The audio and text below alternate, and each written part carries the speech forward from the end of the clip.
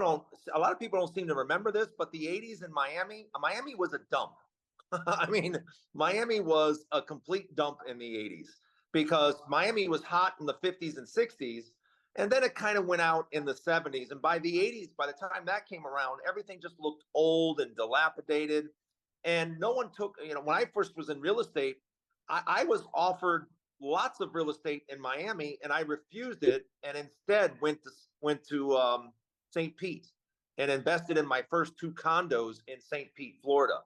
I actually went to Miami first, but no one took Miami seriously in the 80s. I remember, I'm a Cuban immigrant. I came here when I was 3 years old in '79, and I remember the stories of South Miami Beach in general, that it was a dump. It was just It like was a homeless dump. people. Yeah, Every everywhere, everywhere. everybody was selling drugs. You had prostitution in every corner, and nobody wanted you couldn't get rid of a property even if you were giving it away at that point.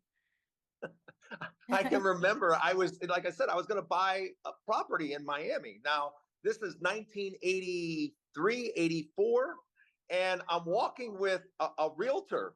A realtor was showing me around the town. She said, "Oh, well, let me show you." I said, "I'm not really." No, let me show you around.